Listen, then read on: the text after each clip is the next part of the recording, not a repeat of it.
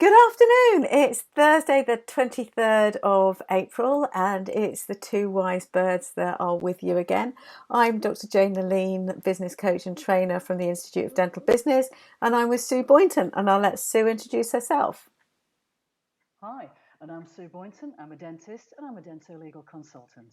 Fantastic. So, Sue, what would you like to talk about today? What have you really seen going on in the last week or so? Yeah, and that's a really good question. So, we're still in a state of uncertainty with what's going on. We've got lots of people looking for urgent care centres, looking for PPE. So, there's a lot of stuff like that going on. But you know what? I'm seeing and hearing a lot of good stuff from practices as well. So, tell me about that. Yeah, so I'm seeing practices really communicating with their patients. They might be doing it by letter, by email, by social media, putting stuff on their website, and they're saying to patients, it sounds like we're closed, but actually we're here for you in a different way. We can give you advice over the phone if you've got a problem, but even if you haven't really got a problem, but there's just something you want to talk to us about, we're here. You can contact us, and we're here every day. And I think that's really important. Absolutely. Yeah, and I'm seeing the same thing that people are they're dealing with their patients and serving their patients in a different way. And I don't know about you, that I'm seeing practices not just serving their patients, but they're serving a community, their community. Some places that have become the hub for food banks or are just ringing and checking members of the community. How are you doing? Is there anything we can do for you? There is just some amazing stuff happening within the dental world. Yeah. And you know what? That's really powerful because that shows us as a profession that we care about the community because we don't know what impression the community's had about dentists in the past. We only see the bad stuff in the media, of course. Yeah. And when you do that individually for patients, it's so powerful as well. A vulnerable patient getting a call from the practice saying, we're just ringing to see how you're doing. I know. Do you need anything? I know. It's that phrase that I keep saying over and over again. People don't remember what you say. They don't remember what you do, but they always remember how you make them feel. And when people are just ringing, just no reason, I'm just thinking of you. How are you doing? It's phenomenal. Yeah. Yeah. And I'll tell you the other thing I'm noticing that I like as well. Practice is sharing human stories. Oh, wow. Yeah. Yeah, saying to their patients, oh, I don't know if you know, but you know Emma in our team, she's the therapist. Do you know what she's doing at the moment? Well, she's in the team locally doing COVID testing. And here's a picture of her with her gown on.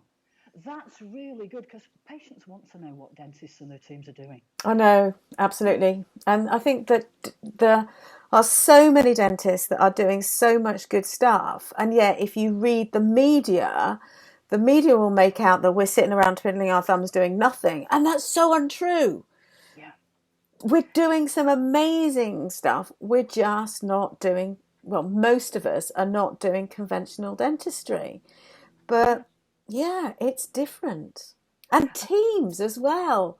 I don't know what you're hearing, but I'm just hearing some incredible stuff within teams, that teams are getting stronger because they're communicating better, they've got the time, using platforms like Skype and Zoom, WhatsApp, where they're actually having conversations, regular conversations, just checking in with each other.